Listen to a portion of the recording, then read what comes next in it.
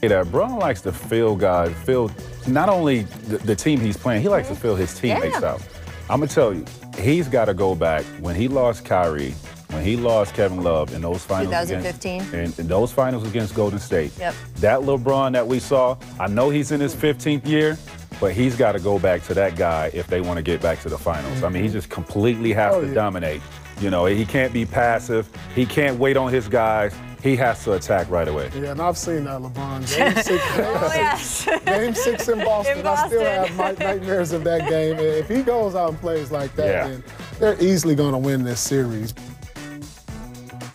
I think Tracy wanted to get his outfit from yesterday on TV again. So good. But he did what you said, T-Mac. He did, but here's the problem. That was in the NBA Finals. This is the first round. And I'm afraid if LeBron has to play like this to win games, he won't make it to the NBA Finals. I think Cavs fans wanted to see him make it out of this series. He dropped 46, and they only won by 3. Man, I started looking for hotels, man. Toronto hotels. I mean, just think about it. See, look, it's We'll talk about it, but, man, and they only won by 3 points. His greatness was, you know. Just enough for Victor Oladipo to miss a wide-open shot. We'll get to that. We'll get to that. My fault. You lead the show. It's your show. So much going on in the NBA. This is so much fun. We can't even get to the stuff we want to get to because there's so much stuff to get to. Welcome to The Jump. I am Rachel Nichols. Our insider, Amin Al-Hassan, is back. Tracy McGrady, Hall of Famer, still in excellent clothes. Just does it every day. That's what he does.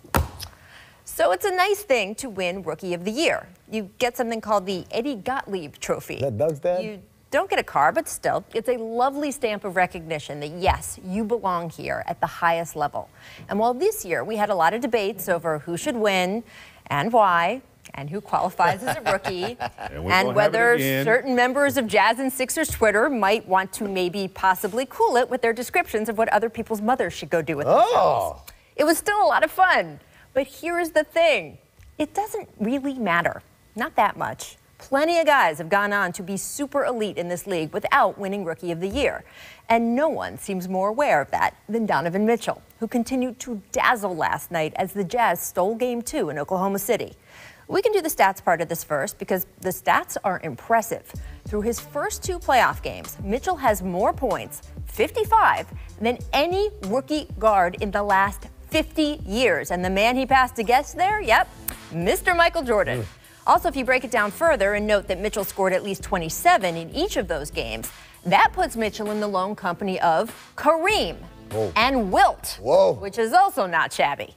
But to me, it's not the numbers, but the way Mitchell got them that really impressed. Because last night, he actually wasn't that dazzling through the first half or so.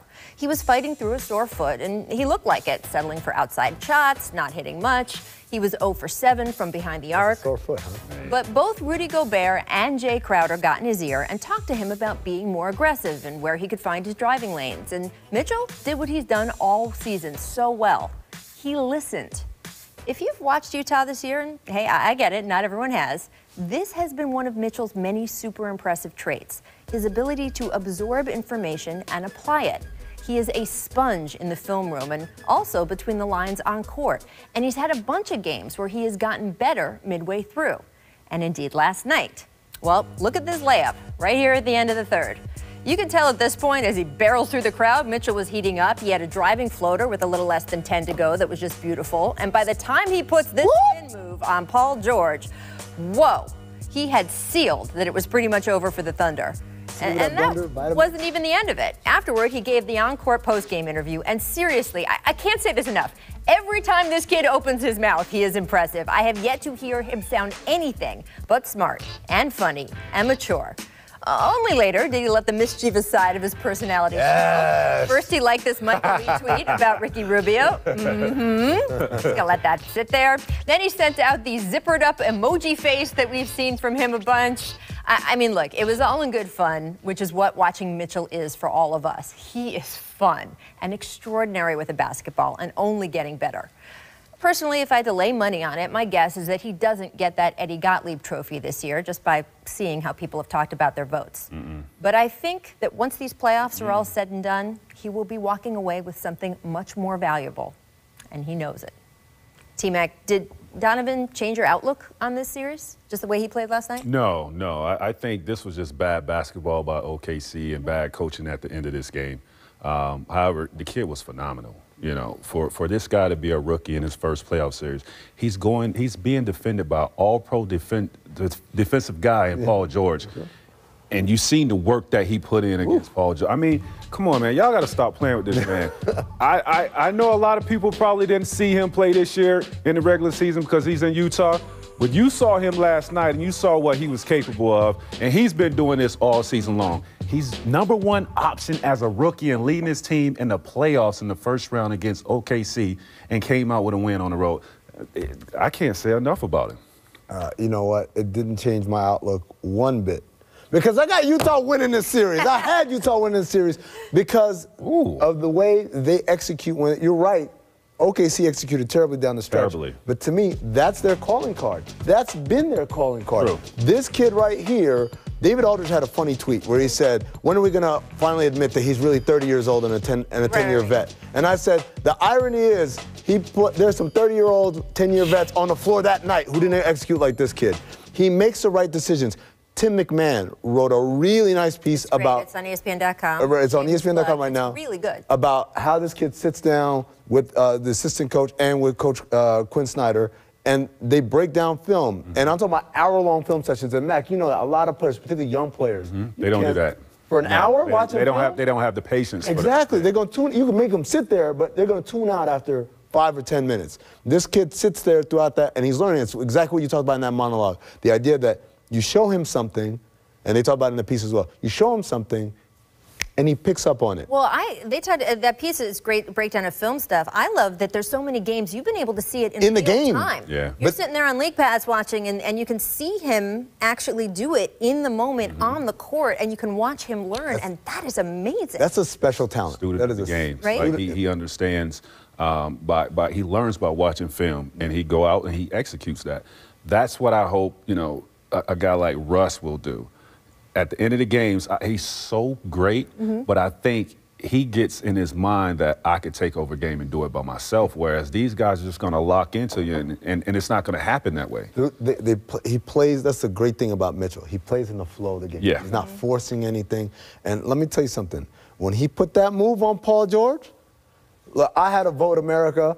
And I was like, man, if anybody I can email back Tim Frank, any of these cats, that man's name needs to be on that trophy. I'm not saying Ben Simmons isn't worthy, but the amount of pressure and what he has on his plate, come on, man. It's hard, man. Stop Rachel, playing with this guy. It's hard to see something like that happen, and for me to turn around and say, but you didn't go for him.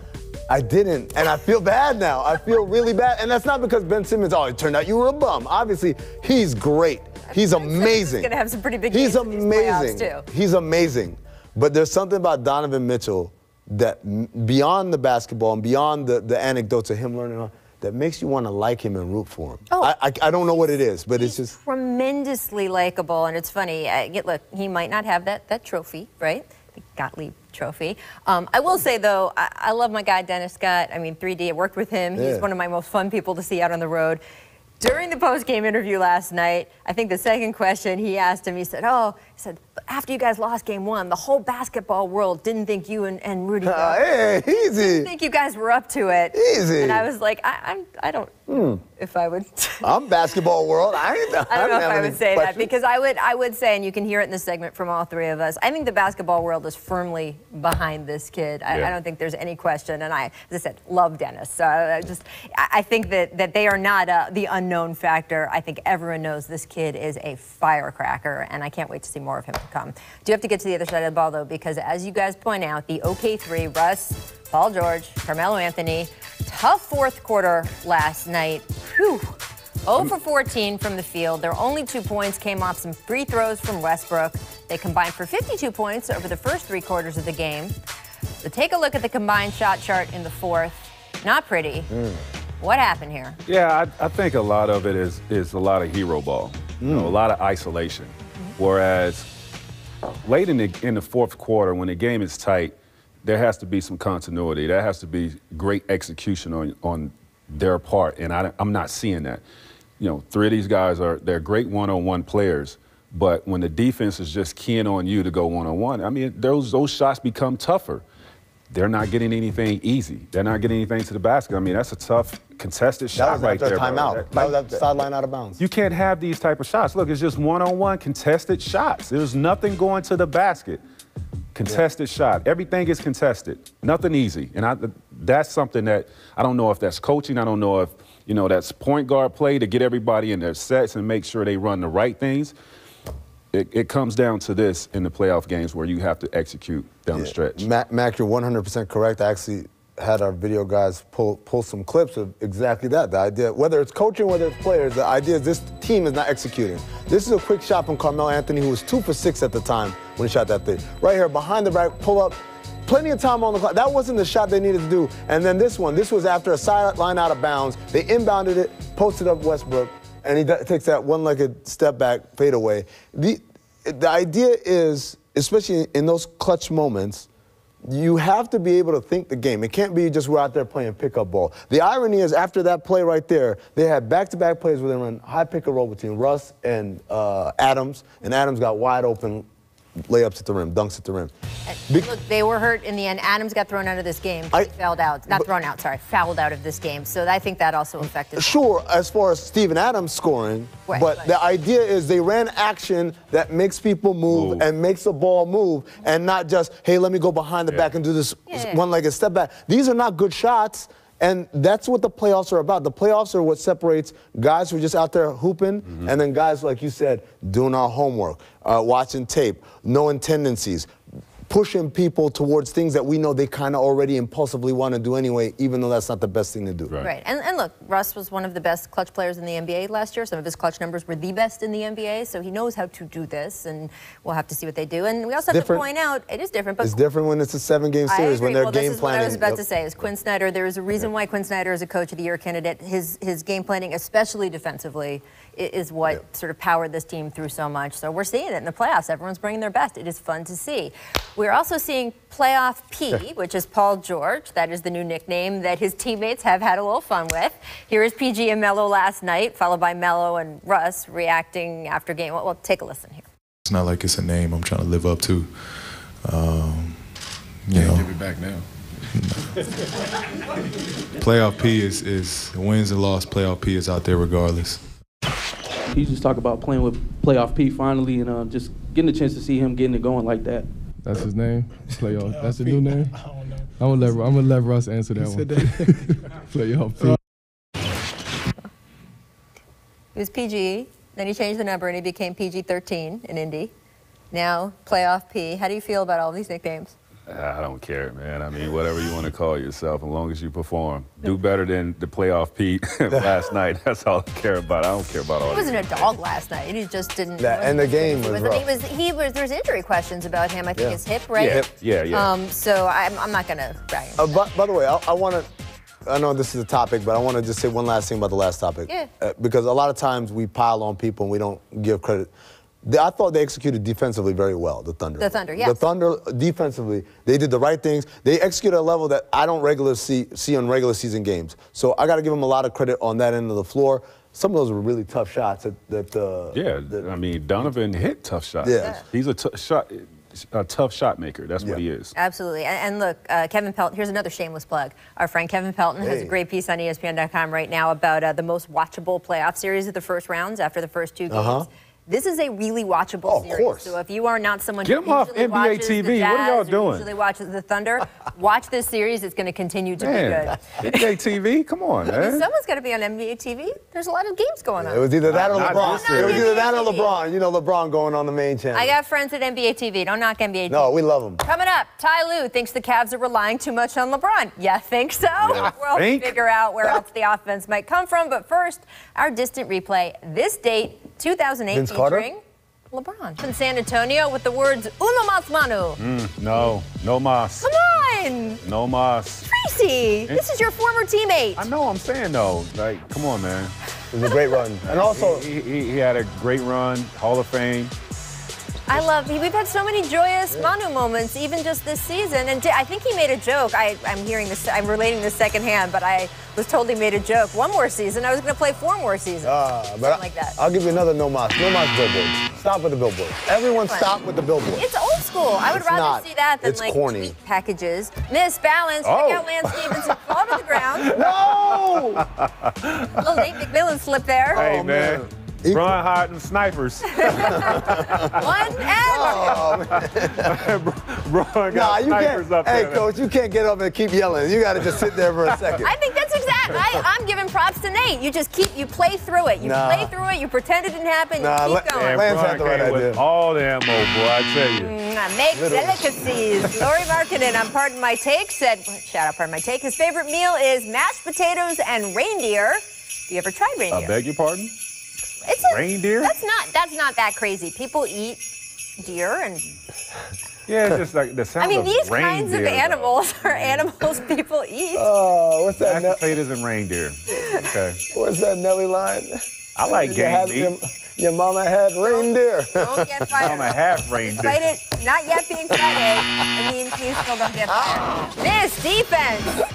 CP3 showing off his handles. Oh, man. And then the floater. So disrespectful to these big dudes. Right? So disrespectful. That man ain't have a chance in hell in guard CP. I don't know what he was doing. He should have called for help. I don't know what that double team called for them.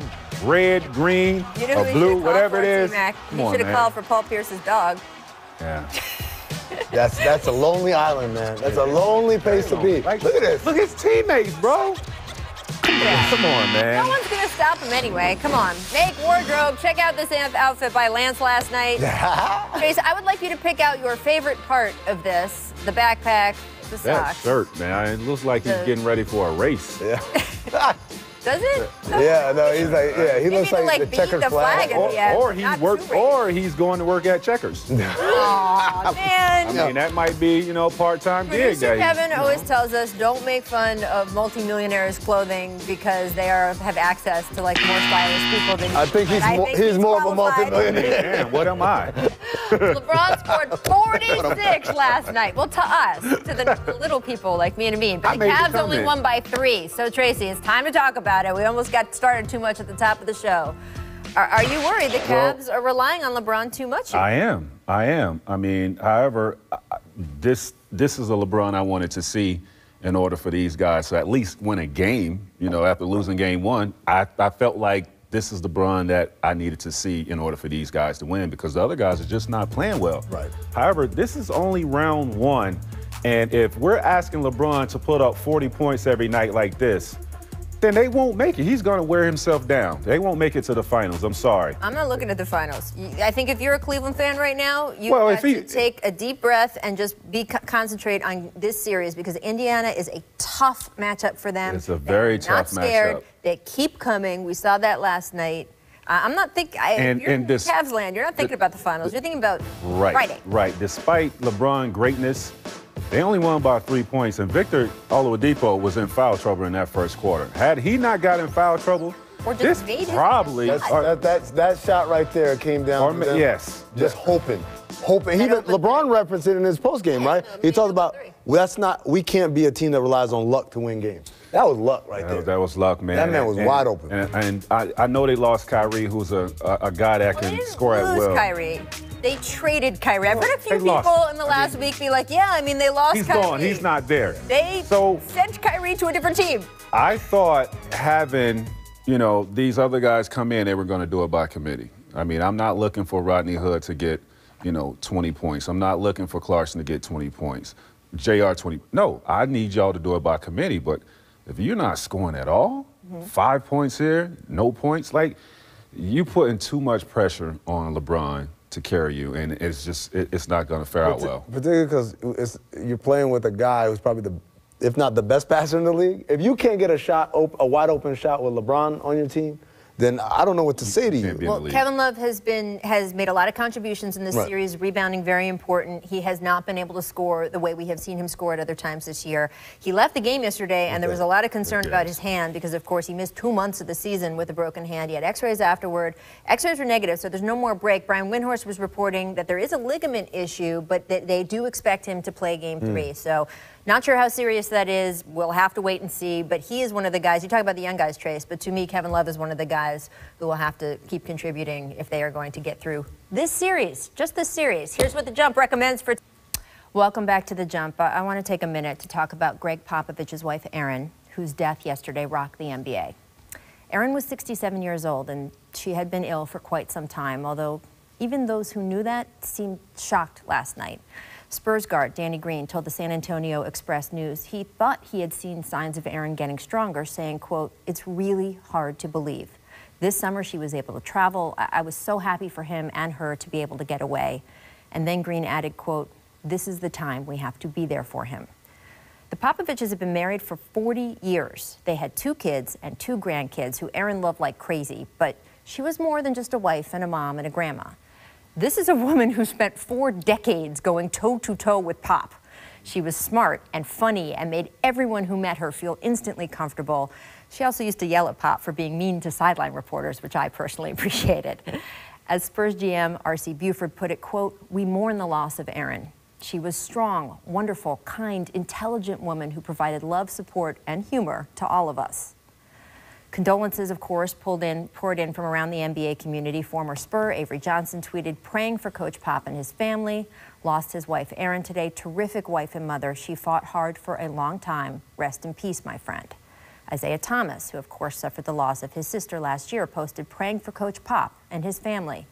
And former President Bill Clinton tweeted, "Coach Popovich, I join the NBA family and countless fans across the country who are thinking of you, Jill, and Mickey tonight as you mourn the loss of your Erin."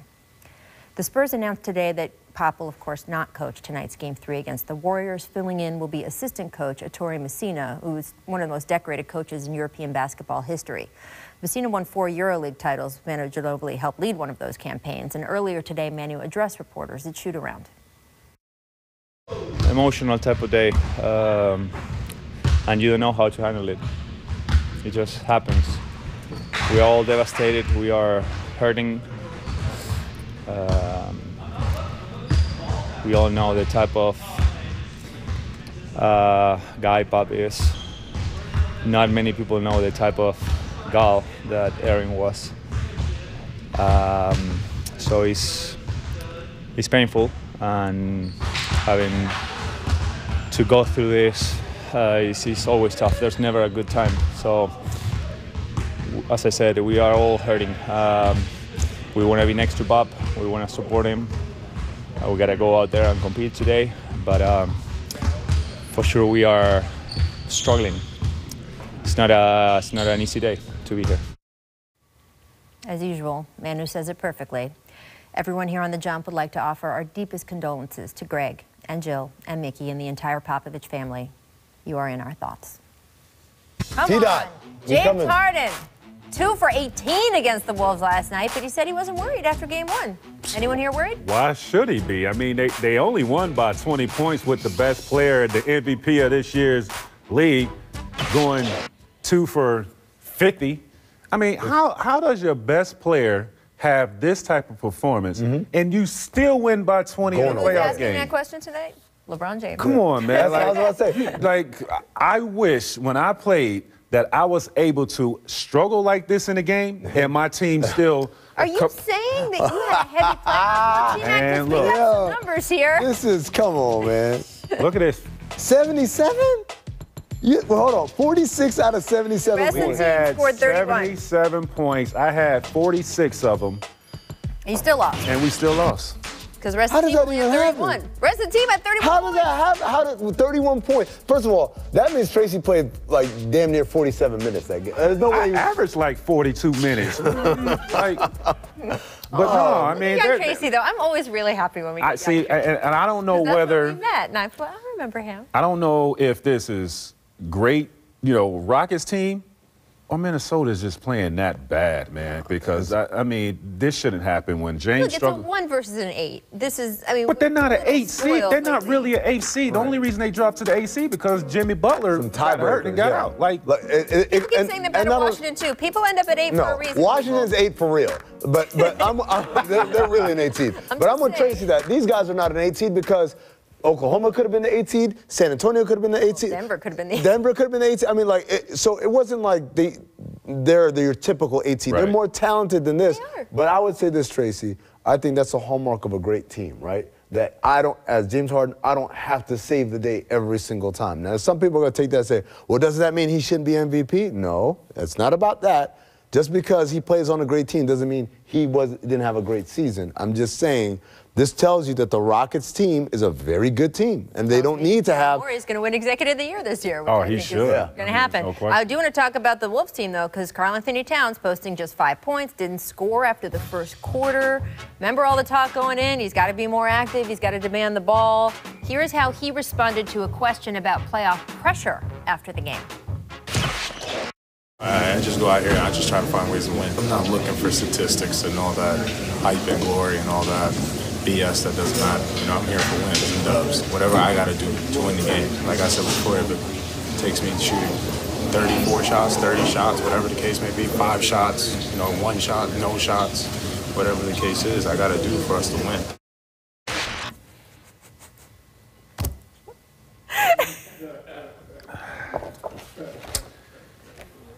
Put down your tea, T-Mac, and speak, because you were making a lot of gestures during that soundbite. Listen here, man. I love Karl-Anthony Towns. He's a well-talented player in our league. But right now, in these first 2 games, I'm not saying he is. I'm saying Karl-Anthony Towns is playing soft. Okay. He's being beat up by Clint Capella. He's taking him out of his game. I don't know if he's in his head, but right now he is playing soft basketball. For him to have 5 points in the first quarter and don't score anymore, you are the best player on this team. You have to demand the ball. I don't care if you shoot the ball 20, 25 times. Your team won't be competitive if you play like this. Y'all going to get swept out of Minnesota. And that's not, you saw in there, heard in the soundbite, he mentioned, I don't play for glory or stats, and that's not what you're talking about. And by the way, that distinction you just made, stop that. That distinction, it's pretty good. The way that the shoulders go, they match, right? That's nice. The distinction you made, I think, is important. You're saying that because you don't think he's a soft player. No. So you think he's got the capability. You've seen him. I've seen it. I've seen it all season long. This guy is one of our young and up-and-coming great talents in our league. He is not showing that. These last 2 games, I don't know who that is. Like we used to say, like we said last year, like who was that in that Rockets series last year, James Harden, Game 6? Like who was that guy? Who is this dude? Yeah. Like you have a mismatch every single night. These guys are switching pick and rolls. Get your butt on the block and cause havoc. Well, again, please. I will point out, and I've said this all week, this is his first playoff series. No, Rachel, I don't want to hear that. Well, the reason why I was Mitchell, 19, 20 years old. You also were special. This was about to say. He's special. You were special. Where's that Hall of Fame ring, man? He's special. You trying to say this guy's not special? No, I'm saying my point is, I'm sitting here, I spent the first 10 minutes of the show praising Donovan Mitchell for being such a heady rookie because it is unusual. What we're seeing from Karl-Anthony Towns is what we would more usually see from a rookie in his first playoff series. No. You were also a special team. He can't get away with that. Like, this guy's too talented. He's too good for that. Like, you're not going to have a great regular season, then you get to the playoffs, and this is showing. No, you have to come to play. You are the best player on this team. They look for you to lead. Dang it, go out there and do that. Is Tibbs talking in your earpiece? Because I'm pretty sure that's... Nah, man, I'm saying because I expect more out of him, and he's not showing that. I expect more, and he should give more for his team. Well, right now, he's playing soft. At least a couple more games, we'll have to see. I want to get to the series. Let's go, big fella. To Miami. Joel Embiid listed as doubtful for Game 3 against the Heat tonight. We all remember his IG post after Game 2. We know he wants to be out there. We're not going to put the swear words up on TV again, but... We will continue to monitor that situation. So will the rest of the Heat. Ben Simmons, the Heat made the adjustment of pressuring Ben more in Game 2. What do you guys think Ben can expect from the Heat as he goes down to that tough road environment? Well, I think first of all, we start with the adjustments that Philly's going to make to kind of take away that. Whether you set a screen high to kind of get that, rub that guy off him or whatever it is. But then the other thing, and this is where it gets complicated, and this is why I kind of give credit to staffs like the Heat that have been there, been through the fires or whatever. You know, they've spent 2 days, Philly, trying to figure out how to get Ben free, right? And they're going to do those things. Problem is, Miami spent 2 days thinking about, okay, they're going to make this adjustment. So what adjustment are we going to do? And Mac, you know this as a great player. they don't always show it to you right at the opening tip, right? They let you go 2.5 quarters, you find your rhythm, and then boom, we spring a different package and see how you can react to that. Well, I think the thing that Miami has in their favor is that you're adjusting to somebody that can't shoot from outside. So pretty much your game plan is the same. Keep bodies around him, make him see bodies, compact the lane, and get out to their shooters. Like Ben he's not shooting outside shots, so you're not really pressuring him up top. You making Ben come to you because he's gonna come to you. Just keep a body in front and make him see crowded bodies. I mean, he's a great passer already, and they have, I mean, look, just even their pickups in the buyout market, they just surround him with so many shooters that it makes that strategy, sometimes you get burned by it. Sure, but the idea is to give him different looks, and he has to process it. So we just talked about Donovan Mitchell, we talked about Karl Anthony Towns, Ben Simmons is a rookie as well. It's first time in the playoffs. It's hard. Is he a rookie, or is he here? No, I'm just kidding. It's his first, he's a playoff rookie. That one we can all agree to. And so this is his first time having to deal with adjustments and switching coverages and all that from game to game against the same opponent. Spoelstra is going to push that button.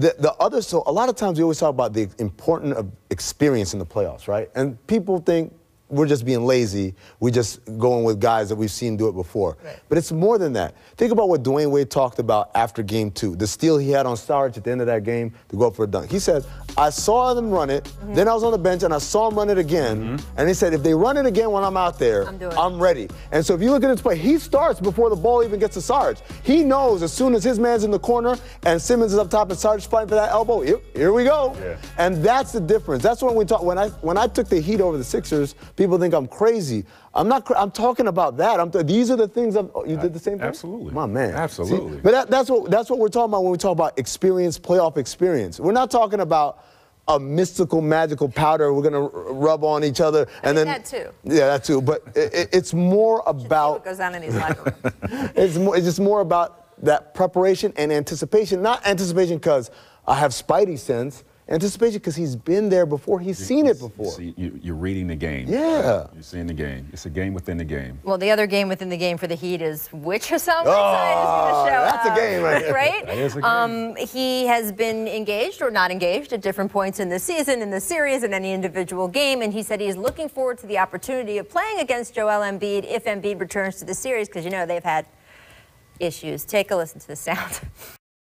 Do you sort of like, come on, Joel, I'm ready for you? You know, I'm ready for any opponent. You know, every day I come in, I prepare. You know, I'm one of the better defenders in the league, so I like to take pride in my defense.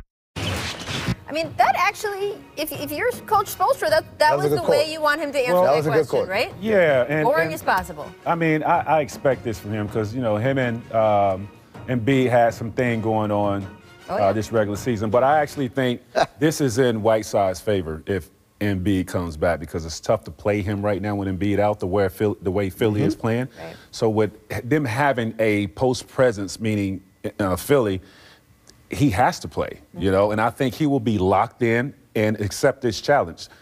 This will work into Whiteside's favor if Embiid comes back. So there are two different things. One is, obviously, Philly is a better team when Embiid plays, but the playoffs is not just about what makes me a better team. It's about matchups. And what Mac just talked about is right now, the way Philly plays with Embiid not on the floor is tough for Miami to match up against because they're so quick and athletic and so many shooters. You put Embiid out there, the game slows down.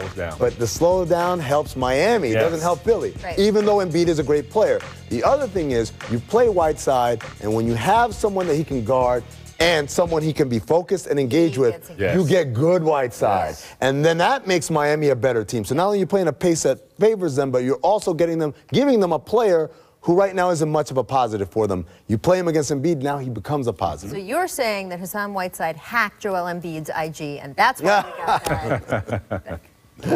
Coming up, is next season already over for the Knicks? Producer Steve, we got you in this next segment. Sorry, T-Dez. Not too soon? Might not be too soon. You might not think that when you hear what James Dolan thinks of Kristaps Porzingis' he's not the doctor. Timetable. First, though, here's our distant replay. This year, 1999. Amin El-Hassan. It's not Vince Carter because they weren't in the playoffs. Where were they in that rookie year? Oh, no, they were! Oh, that's 99 was because of the lockout. Yep. And there it is. You know what? It's where am I? No, I'm somewhere on there now. Oh, and there's another one. Come on, DA. What are you doing, DA? See? Oh, look at that little. DA, what are you doing? Look at that. And then that dumped on my boy, DA. Like that. Get on up. Get on up. Can we get sued for singing? Absolutely. You would not get sued for watching the show because it's Get really good. on Mike up Greenberg, Michelle Beadle, Jalen Rose. Watch at 7 a.m. Eastern. And also check out Detail from the Mind of Kobe Bryant, ESPN Plus, ESPN app. You could have a free trial on ESPN Plus. There you go. All right, let's talk about the Trailblazers because they're down 2-0, entering a road games against the Pelicans. That is tonight, and Terry Stotts asked if he's considering lineup changes. He said yes, but Terry Stotts did not just fall off a turnip truck, people. He's not going to tell you what it is. One possible change, you could put Mo Harkless back in the starting lineup. I would argue that is a very good move. Do you like that one? Well, I mean, you're in a 7-game series. The first 2 games didn't fare so well for you. You need to make adjustments. From game to game, you have to make adjustments. I don't know if it's going to be game plan-wise. I don't know if it's going to be personnel-wise. But something has to be done. Jason's like, do something. Yeah, you have to do something. You're doing what you're doing. Ain't working. Ain't working, man. Harkless, I feel like Harkless could be, that could make a big difference. It could make a difference because he's a guy who can shoot the 3, and right now they've been running a lot of pick and rolls with guys who can't. I was going to say. But I think more importantly, they've got to figure out a way to unshackle Dame and CJ, because what's been happening is they've been trapping. Look, New Orleans has made it a priority. We are not going to let these guys create, and we're going to harass and trap and all that. There's got to be a way, and I got to give credit to those guys because they're making the right play. If I get trapped, you open, I pass it open, man. But we have to figure out a way where we're going to go right into a dribble handoff or some other action where I'm going to get this ball right back without a whole lot of wasted time and wasted clock, because you can't go through this series saying, well, they trapped our best players, so the other 3 guys on the floor have to make it happen. And that's hard because I've seen some stuff like, oh, yeah, Damian Lillard's getting shut down one-on-one from Drew Holiday. That's not what's happening. No. But shout out to Drew Holiday. He's played great, but you're right. But you're absolutely right. That's not what's happening. If it was that easy, Dame would just play harder. I talked about it's not about that. It's a team defense. Me and Paul, like when we played, the defense made it an emphasis to compact that lane and make us see bodies. Yep. Every time we could get by one guy, there's another guy there for help, and that's what these guys are seeing. And that's why it was so tough for us back in the day, because you could zone up, and it was tough to score in that era. And there weren't as many shooters. There wasn't that many shooters, and these guys are seeing that type of defense that I saw when I was, playing in the playoffs. Do you know what else they're going to see tonight? Boogie Cousins. He's going to be sitting courtside at the Smoothie King Center for the first time since he tore his Achilles in January. He's been at a couple of their games, but it'll be nice to see him on the bench. He'd been rehabbing in Los Angeles, had some air travel restrictions, and Anthony Davis said him being there means a lot to us. Right? I'll tell you right now, that's what I was saying. What? Oh, I thought we were going to sound. I was doing Alvin impersonation. I thought we were going to sound. No, absolutely. They've got to be feeling great, right? They're up 2-0 coming home, and then you've got an emotional boost of their guy coming back, walking as we see, like moving around, feeling better. Dancing. He was dancing in the locker room when they But it was a little limp to it, right? So now he's feeling better. These are all feel good, and you want that momentum going. So can you explain, please, as a player, Boogie didn't go to their first couple playoff games. Nobody really had an issue with it. Kawhi is not at the Spurs playoff games. It is a much more sensitive topic. How come? Well, I mean, because they feel like Kawhi should be in the lineup right now. I don't know the extent of his injury, but they seem to think he could play and, help their team. Obviously, Kawhi and his side don't feel that way, and I just think they're just butting heads. And with Boogie, I mean, obviously, he tore his Achilles. He couldn't be there. So now that he's back, I mean, welcome this guy back. This is his first playoff experience. So, Also, the Pelicans haven't been leaking stories about how all the players want him to do this and he's not doing that and Coach Gentry hasn't gone on camera saying, yeah, you got to ask his group and his. They set it up. Teammates haven't come out and said, well, my injury was 1,000 times worse and all that. Well, look, there's so much about the Kawhi situation we don't know, so we will be watching how that unfolds. The Knicks. Let's talk about the Knicks. Kristaps Porzingis tore his ACL back in February. We all remember. Man, so he says he hopes to return at some point next season, but listen to what Knicks owner James Dolan said when he was asked about the timeline for the Unicorns' recovery. This is in the New York Post. Quote, I've been told everything from December to him being out for the season. So I don't know what to expect on that. If you're a Knicks fan, come on. Hey, I'm so sorry. Our producer, Tinez, he's a Knicks fan. He had to hear this, and it's not good news. Rains it By the way, this bar on the bottom of the screen is really just, it's... Here's the thing. Even without him being out for the year, let's just take a regular kind of ACL recovery time about 11, 12 months. Right. He says December is also something he's been told. So January is kind of what we... So 9 to 12 months is the usual recovery time. So let's say January he comes back. By January, remember the season starts mid-October now, 2.5 months. The next season will be over anyway because they're not good enough to keep it afloat until he can come back. So him missing the entire season versus half the season, I think that's kind of a moot point. The idea that he's going to miss the first 2.5 months of the season probably tells us that they're going to be out of it by then. I'm going to take the other point of view, and I'm going to say, yes, I am. Okay. I'm going to say that if he came back midway through the season, we saw a lot of teams this year who did not get going until after the new year, and that, I don't expect him to be the exact same player he was when he got hurt. It takes time to come back from that kind of injury, but I think they could make some noise in the second half of the season if he comes back. Noise. Well, look, this is the Eastern Conference. They get to number 8 in the playoffs. It's going to be a party in New York City. We got to stop with that one. Eastern Conference has gotten better. First, they got to hire a coach that's going to help them make some noise and change the culture. Get to that. Are you not saying, though, that the 8 in the East is not an attainable position? It is an attainable position. Well, I think Detroit's... Very attainable. I think Detroit's going to be better. Let's talk about the Knicks coaching situation because news came out. Knicks will interview Kenny Smith. Oh, this is a great hire. To fielder.